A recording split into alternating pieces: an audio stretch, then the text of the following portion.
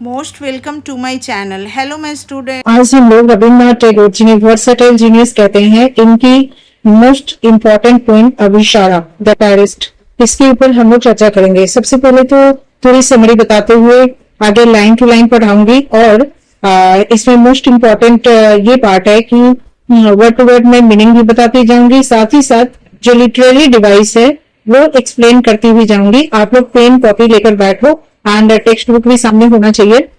इससे फायदा होगा कि जो भी लिटरेरी डिवाइस मैं बताऊंगी आप नोट डाउन करना, मीनिंग्स भी नोट डाउन करना। इससे आपके सारे ऑब्जेक्टिव क्वेश्चंस 100% कंप्लीट होते चलेंगे साथ साथ में। तो पहले हम लोग पूरी समरी पे ओवरव्यू करते हैं। फर्स्ट ऑफ ऑल आप देख रहे हो कि इसमें दो कैरेक्टर है, एक उपा गुप्ता है एंड दूसरा वर्षक दत्ता है। ये स्टोरी स्टार्ट होती है मथुरा शहर से और अंधेरी एंड तूफानी रात है जब ये स्टोरी स्टार्ट होती है। और ये जो हीरो है जिनका नाम उपा गुप्ता है, ये बौद्ध भिक्षुक है यानी बुद्धिस्ट मॉन्क है एंड एक शहर के दीवार के साइड में मतलब नीचे जमीन पे सोए होते हैं। वहां पे एक डांसर आती है, उसका नाम वाशव दत्ता होता है, बहुत सुंदर होती है एंड किस तरह से उनके पैरों से मतलब वाशव दत्ता के पैरों से उनका बॉडी टकरा जाता है, फिर कैसे कैसे दोनों के बीच में वार्तालाप होती है। इसी वार्तालाप को इस पोएम में हम लोग पढ़ेंगे। और स्टार्टिंग में बहुत ही सॉफ्टली वो बिहेव करते हैं दोनों।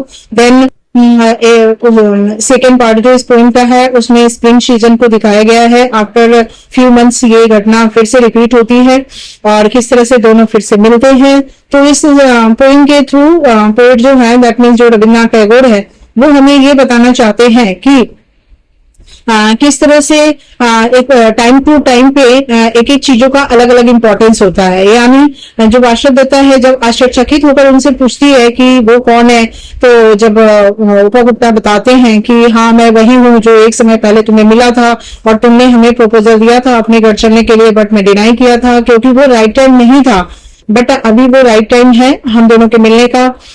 और अभी उसकी एक्चुअली जो जिस फिजिकल ब्यूटी पे बहुत ही उसे प्राउड था, बहुत घमंड करती थी, आज उसकी जो फिजिकल ब्यूटी है वो लॉस्ट हो चुकी है।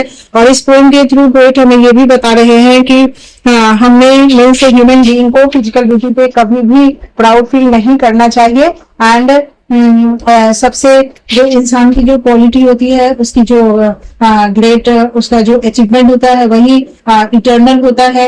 जो भी फिजिकल ब्यूटी होती है वो तो मोमेंटम होता है, क्षणिक होता है। और जिसपे वो प्राउड करती थी, यहाँ पे वाशव दत्ता इस बात को वो स्वीकार करती है। दैट मीन्स उसके अंदर जो एक घमंड था अपनी सुंदरता का वो अब उसको रियलाइज होता है कि रियली लाइफ का ये पार्ट है, हमें कभी भी फिजिकल ब्यूटी पे प्राउड नहीं करना चाहिए। हमारा इटर्नल जो ब्यूटी है, इटर्नल जो क्वालिटी है वो उसका मॉडेस्ट एंड काइंड बिहेवियर है जो कि इनके उपा गुप्ता के पास है, जिसकी वजह से उन्होंने बहुत ही सॉफ्टली बिहेव किया। और उसके इस नेगेटिव कंडीशन में यानी जो बैड कंडीशन अभी वाशव दत्ता के साथ हुआ है उस पर वो उसको हेल्प कर रहे हैं। यानी यहाँ पे इस पोएम के थ्रू हमें वर्सटाइल जीनियस रविन्द्रनाथ टैगोर ये भी बताना चाहते हैं कि जो ट्रू लव होता है और जो इंसानियत होती है वो एक्सटर्नल ब्यूटी पे डिपेंड नहीं होती है, उसकी क्वालिटी पे टोटली डिपेंड होती है। तो आप लोग इस चीज को नोट डाउन करो कि एक्सटर्नल ब्यूटी हमारे लाइफ में इटर्निटी नहीं देता। इटर्नल जो ब्यूटी होती है वो हमारी इटर्नल क्वालिटी से ही आती है। यानी जो हमारी इंटरनल क्वालिटी है, जो गुड क्वालिटी है, वो हमें इटर्निटी देता है। यानी हमें फिजिकल ब्यूटी पे कभी भी प्राउड फील नहीं करना चाहिए। ये था समरी। अब हम लोग पढ़ेंगे लाइन टू लाइन। तो अब आप लोग बुक को फॉलो करो एंड पेन और कॉपी रेडी कर लो, क्योंकि मैं मीनिंग साथ साथ में बताती हुई चलूंगी। और साथ ही साथ इसके जो लिटरेरी डिवाइस है वो भी आप नोट डाउन करना, क्योंकि लिटरेरी डिवाइस से ही रिलेटेड बहुत सारे ऑब्जेक्टिव क्वेश्चंस आते हैं मीनिंग से। तो चलो अब लाइन टू लाइन डिस्क्राइब करती हूँ। फर्स्ट ऑफ ऑल आप देख लो कि उपा Gupta the disciple of Buddha lay asleep in the dust by the city wall of Mathura. अब यहाँ पे आप देख रहे हो कि किस तरह से जो गौतम बुद्धा के जो डिसाइपल है वो मथुरा का एक वॉल है उसके नीचे यानी जो लैंड है उसमें वो लाई कर रहे हैं। दैट मीन्स वो धूल के ऊपर मिट्टी के ऊपर वो सो रहे हैं। उसी समय होता क्या है कि lamps were all out, doors were all set and stars were all hidden by the murky sky of August. यानी सारे लाइट ऑफ हो चुके हैं घर के, मतलब नाइट का सीन है और सभी घर की लाइट ऑफ हो चुकी है एंड सबके डोर्स भी बंद हो चुके हैं, विंडोज भी क्लोज हो चुके हैं और जो स्काई है उसमें जो स्टार्स है वो ट्विंकलिंग करने के बजाय वो हाइड हो चुके हैं किसमें, क्लाउड में। एंड यहाँ पे आप देख लो कि कौन से मंथ को इंडिकेट कर रहा है, अगस्त मंथ। अगस्त का जो स्काई है वो मर्की स्काई, मर्की स्काई मतलब जो है वो क्लियर विजन नहीं है, क्लियर स्काई नहीं है, क्लाउडी स्काई है। तो मर्की का मीनिंग आप लोग लिख लो, मर्की मीन्स है क्लाउडी। एंड आप यहाँ पे देख लो कि ऑल सेट, अभी मैं थोड़ी लिटरेरी डिवाइस को भी डिस्क्राइब कर रही हूँ कि ऑल आउट, ऑल सेट, इसको अंडरलाइन करो एंड ऑल हिडन। तो ऑल ऑल ऑल आपने देखा कि इसको 3 टाइम्स यहाँ पे यूज किया गया है, तो ये आपका हो गया एलिट्रेशन। एंड इसमें ऑल सेट यहाँ इमेजरी को भी डिस्क्राइब कर रहा है पोएट। साथ ही साथ जो हिडन वर्ड है ऑल हिडन, तो ओनली हिडन को अगर देखोगे तो यहाँ पे पर्सनिफिकेशन यूज हुआ है। तो इसको आप नोट डाउन करो, हिडन में लिटरेरी डिवाइस है personification and all all all all out, all set, all hidden का जो ऑल ऑल बार बार रिपीट हुआ है ये आपका एलिट्रेशन हो गया। एंड ऑल सेट में इमेजरी है, ऑल हिडन में इमेजरी है, बट ओनली हिडन वर्ड में पर्सनिफिकेशन है। तो ये लाइन आपकी कंप्लीट हो गई। अब हम लोग नेक्स्ट आते हैं, whose feet were those tinkling with anklet touching his breast of a sudden। अब यहाँ पे देख लो कि तभी होता क्या है कि किसी का जो पैर है, यानी जो पैर के जो टिंकलिंग मीन्स साउंड होता है, आप लिख लो टिंकलिंग जो है वो मेटल का साउंड है, जो यहाँ पायल की आवाज है उसको टिंकलिंग का बोला गया है। और एंकलेट हम लोग उस ऑर्नामेंट को बोलते हैं जो पैर के डेकोरेशन के लिए पहना जाता है, यानी जो पैर में पायल पहनते हैं वो एंकलेट है। तो ये मीनिंग आप नोट करो। एंड टिंकलिंग वो साउंड है, ornamental sound. And touching his breast of a sudden, अब टचिंग में यहाँ आप देख लो कि फिर से इमेजरी यूज किया है पोएट। अब हम लोग टिंकलिंग में अगर लिटरेरी डिवाइस आप देखोगे तो यहाँ पे ओनोमेटोपोइया को यूज किया गया है। एंड ये भी आप नोट डाउन करो। इसकी मीनिंग बता दो कि तभी किसी के पैरों की झंकार की आवाज सुनाई देती है और ऐसा लगा कि किसी ने अचानक उनके सीने को छू लिया, मतलब उनका जो ब्रेस्ट यहाँ पे सीने को बोला गया है, उनके सीने में वो पैर जो है वो टच हो जाता है।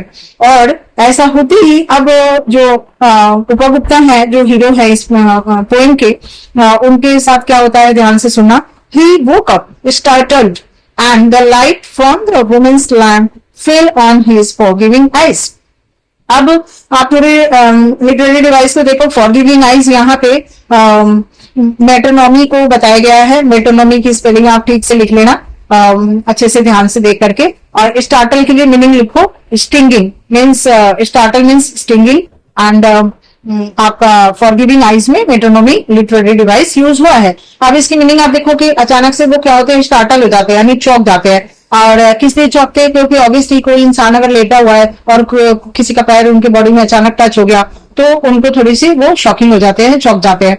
और जो लाइट उसके हाथ में थी, लेडी के हाथ में, उस लाइट से उसकी आंखें दिखती है और उस आंखों में क्या था, एक फॉरगिविंग लुक था। यानी ऐसा लग रहा था कि उसको बहुत ही रिग्रेट हो रहा है कि ओ सॉरी, मैंने जानबूझ करके आपको ठोकर नहीं पहुंचाई, गलती से लग गया। इस तरह से एक फॉरगिविंग आइज का यहाँ पे डिस्क्रिप्शन पोएट ने दिया है। अब आप देखोगे कि इट वॉज वर्षभ द डांसिंग गर्ल। अब ये कौन है, ये एक डांसिंग गर्ल है। इट वॉज वर्षभ यानी वर्षभ उसका नाम है। And starry with the jewel, और स्टेयर में देखो यहाँ पे मेटाफोर यूज हुआ है। And clouded with a pale blue mantle drunk with the wine of a youth. और किस तरह से मैंटल यहाँ पे क्लोक है जो वो ड्रेस पहनी हुई थी और बहुत ही ब्यूटीफुल शानदार ड्रेस पहनी है। And drunk with the wine of a youth, यहाँ पे देखो किस तरह से पोएट पर्सनिफिकेशन को यूज किया है, आप अंडरलाइन कर लो, drunk with the wine of a youth. ये पूरे लाइन में पर्सनिफिकेशन यूज हुआ है। And wine of a youth में मेटाफर भी है। तो आप देख रहे हो कि एक ही लाइन में दो लिटरेरी डिवाइस है। ड्रंक के थ्रू पोएट पर्सनिफिकेशन बता रहा है एंड वाइन ऑफ यूथ के थ्रू मेटाफर बता रहा है। यानी उसको देखकर ऐसा लग रहा है कि वो जो डांसर है ना, वो इतने सारे ज्वेलरी पहनी हुई है, इतने ब्यूटीफुल ब्लू कलर के ड्रेस पहनी हुई है, ऐसा लग रहा है कि वो अपने यूथ में यानी अपने सुंदरता में मदहोश है। मतलब वो जैसे कोई वाइन पीता है तो वाइन में अपने आप को खो देता है, दैट मीन्स वो मदहोश हो जाता है, वैसे वो अपने ब्यूटी में खो चुकी है, दैट मीन्स अपने ब्यूटी में मदहोश है। यहाँ पे आप देख रहे हो कि she lowered her lamp and saw the young face, अपने लैम्प को लोअर करती है यानी नीचे करती है, तो देखती है कि एक ऑस्ट्रेली ब्यूटीफुल उसको कुछ दिखाई दिया। वो कौन है ऑस्ट्रेली ब्यूटीफुल? यहाँ पे वो एसेटिक पर्सन है, दैट मीन्स वो ग्रेट पर्सन है जिनका नाम उपा गुप्ता है। वो लैम्प को जब नीचे करी तो देखिए, अब इसमें आप एक वो देखो ऑस्ट्रेली का यहाँ पे मीनिंग आप लिख लो, सिंप्लिसिटी उनके फेस से झलक रहा है। आप देखते हो कि जो होली मैन होते हैं ना, जो उनके पास स्पिरिचुअल पावर होता है, तो उनके फेस में एक स्पिरिचुअल लुक होता है, होली लुक, और उनकी जो ब्यूटी है वो नॉर्मल ब्यूटी नहीं होती है, वो ऑस्ट्रेलियन ब्यूटी माना जाता है। एंड इसमें पोएट ने लिटरेरी डिवाइस यूज करा है ऑक्सीमोरन को। ऑक्सीमोरन आप अंडरलाइन इसको लिख लो, ऑस्ट्रेलियन ब्यूटीफुल में ऑक्सीमोरन यूज हुआ है, बहुत इंपॉर्टेंट है आपके ऑब्जेक्टिव क्वेश्चंस के लिए। Then forgive me young ascetic said the woman, वो वुमन मीन्स वो बोलती है वशब्दता कि मुझे माफ करना, वो यंग एस्थेटिक वो great man graciously come to my house, और बड़े ही वो सॉफ्टली काइंडली और बड़े उदारता के साथ वो उनको ऑफर करती है कि चलो आप मेरे घर, आप क्या यहाँ डस्ट में क्या सो रहे हो, the dusty earth is not a fit bed for you, आप इस डस्टी बेड में क्या लेटे हो, अब चलो मेरे घर, वहां पर आराम से विश्राम करना। But the young aesthetic answered, ये जो यंग एस्थेटिक पर्सन है ना, एस्थेटिक का आप मीनिंग लिख लो, बहुत ही अच्छी मीनिंग है, मोंक, मतलब ये चूंकि आप जानते हो कि बुद्धिस्ट मोंक थे, तो यहाँ पे पोएट ने इनके लिए एस्थेटिक वर्ड यूज किया है। Women go on your way when the time is right will come to you, वो बोलते हैं कि देखो ओ ब्यूटीफुल वुमेन, आप अभी अपने रास्ते जाओ, यानी आप जहां जाने के लिए निकले हो वहां आप जाओ, जब प्रॉपर टाइम आए, अप्रोप्रिएट टाइम आएगा, यहाँ राइट का मीनिंग है appropriate, and will come to you, जब अप्रोप्रिएट टाइम आएगा तो निश्चित रूप से मैं आपसे मिलूंगा। एंड इसमें जो when the time is right में आप लिटरेरी डिवाइस नोट डाउन कर लो, मेटाफर है, तो मेटाफर आप यहाँ पे मेंशन करो। एंड नेक्स्ट आते हैं हम लोग, suddenly the black night showed it's teeth in a flash of lightning. अब देखना कि ये जो लाइन है ना, ये बहुत ही इंपॉर्टेंट है, बिकॉज इस लाइन के थ्रू पोएट हमें ये बोलना चाह रहा है कि किस तरह से नेचर भी हमारी एक्टिविटी को ऑब्जर्व करते हुए हमें कुछ कहता है। दैट मीन्स नेचर के थ्रू पोएट हमें बहुत कुछ बताने की कोशिश कर रहा है, क्योंकि आपको पता है ये ऑर्डिनरी पोएट तो थे नहीं, रविन्द्रनाथ टैगोर बहुत ही ग्रेट पोएट थे, एंड इनका ऑब्वियसली पोएम जनरल मीनिंग को बिलोंग तो कभी नहीं करेगा, ऑब्वियसली स्पेशल मीनिंग को ही रिवील करेगा। तो आप लोग इस पॉइंट को अंडरलाइन करना, ये बहुत ही इंपॉर्टेंट है। अब यहाँ पे आप देखोगे कि अचानक से जो मतलब ब्लैक नाइट है, बिजली की चमक, और ऐसा लग रहा है कि नेचर जो है जैसे टीथ को शो कर रहा है, मतलब अपने दांत को दिखा रहा है। यहाँ पे जैसे मान लो कोई इंसान बहुत गुस्सा होता है, तो वो अपने दांत को पीसते हुए, यानी दोनों दांत से वो दिखाता है कि मैं अभी एंगर मूड में हूँ, बहुत गुस्सा हूँ। वैसे ही नेचर अभी बहुत एंगर मूड में है, और मान लो कि वो अपने एग्रेसिवनेस को शो कर रहा है, तो यहाँ नेचर का एग्रेसिव बिहेवियर शो हो रहा है इस लाइन के थ्रू। एंड इसमें भी लिटरेरी डिवाइस है, पहले आप इसको अच्छे से समझो फिर मैं बताती हूँ। The storm growl from the corner of the sky and the women tremble in fear. आप यहाँ पे देखोगे कि जैसे स्काई ने जो बिहेव किया, अचानक से बहुत ही तेज आवाज आया, मतलब स्काई के एक कॉर्नर से ऐसा लगा कि फास्ट विंड ब्लो होते हुए थंडरिंग लाइटनिंग के साथ इस तरह से वो तीर को शो करते हुए ऐसा डरावना एक सीन क्रिएट करता है कि वो जो लेडी है वो डर जाती है। यानी यहाँ पे नेचर का एक बहुत ही एग्रेसिव रूप दिखाया गया है। इसमें आप मीनिंग लिख लो, इसमें आप जो स्टॉर्म ग्राउल्ड है उसको अंडरलाइन करते हुए आप लिखना, that is so the personification. ये लिटरेरी डिवाइस आपका स्टॉर्म ग्राउंड में पर्सनिफिकेशन है। एंड आपको पूरी लाइन में आप लिख लो कि एग्रेशन ऑफ नेचर, यानी नेचर बहुत एग्रेसिव मूड में है, वो शो कर रहा है। Aggression of nature indicates natural phenomena, यानी नेचुरल फेनोमेना को डिस्क्राइब कर रहा है पोएट इस लाइन के थ्रू। बहुत ही इंपॉर्टेंट लाइन है ये, इसको आप नोट डाउन अंडरलाइन श्योर करो। देन अब आते हैं, a year had not yet passed, एक साल भी नहीं बीते थे, मतलब फ्यू मंथ्स बीते थे। उसके बाद क्या हो रहा है, यहाँ से कहानी अब थोड़ा सा एक अलग मोड़ ले रही, सॉरी ये पोएम एक अलग मोड़ ले रही है, जो कि कह सकते हैं कि स्टोरी है दो मीन्स पर्सन की। तो it was evening of a day in April in the spring, the branches of the way side trees where full of blossom. अब यहाँ पे आप देखोगे कि अब ये स्प्रिंग सीजन की बात हो रही है कि किस तरह से जो ये टाइम है, अभी तो हम लोग जो फर्स्ट पार्ट पढ़े थे उसमें अगस्त का बात हो रहा था जब मर्की क्लाउडी स्काई था, बट अभी हम लोग स्प्रिंग सीजन की बात कर रहे हैं। ये हमारा अप्रैल मंथ है। तो इस टाइम पे नेचर का जो रूप है बिल्कुल अलग है। उस टाइम पे क्या था, नेचर बहुत ही एग्रेशन में था, अभी नेचर बहुत ही सॉफ्ट हो चुका है। अभी आप देख लो कि बसंत मतलब स्प्रिंग सीजन में अप्रैल का मंथ आते ही सड़क के किनारे ऐसे लग रहा है कि पूरी नेचर जो है वो ब्यूटीफुल फ्लावर से भरी हुई है, यानी जहां देखो वहीं पे फूल खिले हुए हैं। और ये जो सीन आपने अभी तक पढ़ा, ये जो लाइंस आपने पढ़ा, इसमें आपको समझ आ गया होगा कि किस तरह से एक ह्यूमन बीइंग के जो बिहेवियर है उसको पोएट ने डिस्क्राइब किया है, यानी पोएट ने डिपिक्ट करा है। अब सेकेंड पार्ट में हम लोग ये पढ़ेंगे कि जो वो है मीन्स जो फ्लूट है, फ्लूट की आवाज आ रही है, दैट मीन्स आप जानते हो स्प्रिंग सीजन में क्या क्या होता है, चारों तरफ न्यू बेबी लीव्स होते हैं, फ्लावर्स होते हैं और मधुर संगीत, दैट मीन्स जो जैसे कोयल कुकू करती है, या फिर फ्लूट यहाँ पे बता रहा है कि जो बांसुरी है उसकी मधुर आवाज सुनाई दे रही है। एंड जो प्रेजेंट विंड ब्लो हो रहा है, यानी बहुत ही ब्रीज यानी मीठी मीठी हवा बह रही है। और जो मथुरा है उधर फूल चारों तरफ से खिले हैं, तो ऐसा लग रहा है कि एक ब्यूटीफुल सराउंडिंग क्रिएट हो चुका है। एंड उसी के बीच आप देखना कि ये जो अब स्टार्स मून, इसके भी इंडिकेशन को बता रहा है पोएट। पहले एक बार लाइन पढ़ते हैं। It was evening of a day in April in the spring, the branches of way side trees where full of blossom, यानी फूल खिले हुए हैं चारों तरफ। रोड साइड में, वे साइड का मीनिंग आप लिख लो रोड साइड। अब आते हैं gay notes of a flute come floating in the warm spring air from afar, दूर दूर से ऐसी लग रही है कि मीठी मीठी हवा बहती हुई आ रही है और फ्लूट का आवाज आ रहा है। इस तरह से बहुत प्लीजेंट एटमोस्फेयर है। The citizen had gone to the woods for the festival of flowers, और जो सिटीजन है यानी जो वहां के रहने वाले कॉमन पीपल है, ऐसे लग रहे हैं कि बहुत मतलब नेचर को एंजॉय करते हुए वो लोग बहुत ही ऐसा लग रहा है कि जंगल की ओर जा रहे हैं, यानी जहाँ पे फूल ही फूल है उस तरफ जा रहे हैं, यानी ऐसा लग रहा है कि किसी फेस्टिवल को वो लोग भी एंजॉय कर रहे हैं। अब नेक्स्ट आप देखोगे कि from the mid sky gauge full moon on the shadow of the silent town, यानी कितने ब्यूटीफुल तरीके से आप देखोगे। पहले तो आप इसमें जो लिटरेरी डिवाइस है उसको आप अंडरलाइन करके नोट डाउन करो। गेज द फुल मून, इसमें पर्सनिफिकेशन है। उसके बाद आप देखना कि जो नीचे साइलेंट टाउन है, इसमें भी पोएट ने पर्सनिफिकेशन को ही यूज करा है।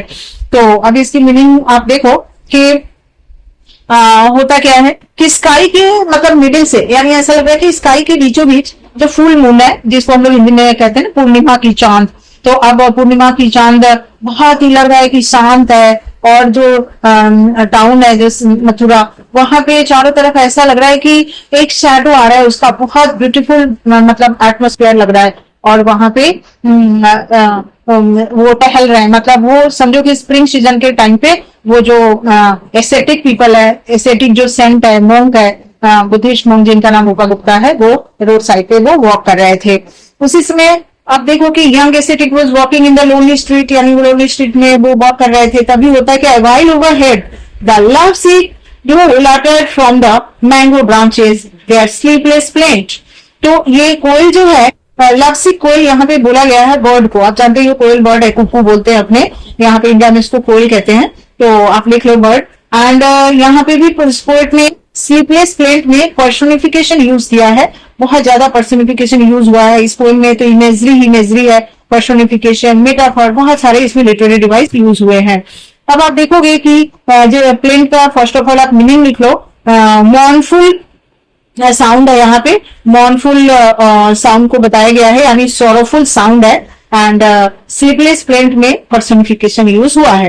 एंड उपभोक्ता pass through the city gate and stood at the base of the rampart. अब यहाँ पे आप देख रहे हो रैम्पर्ट का मीनिंग लिख लो पैरापेट है।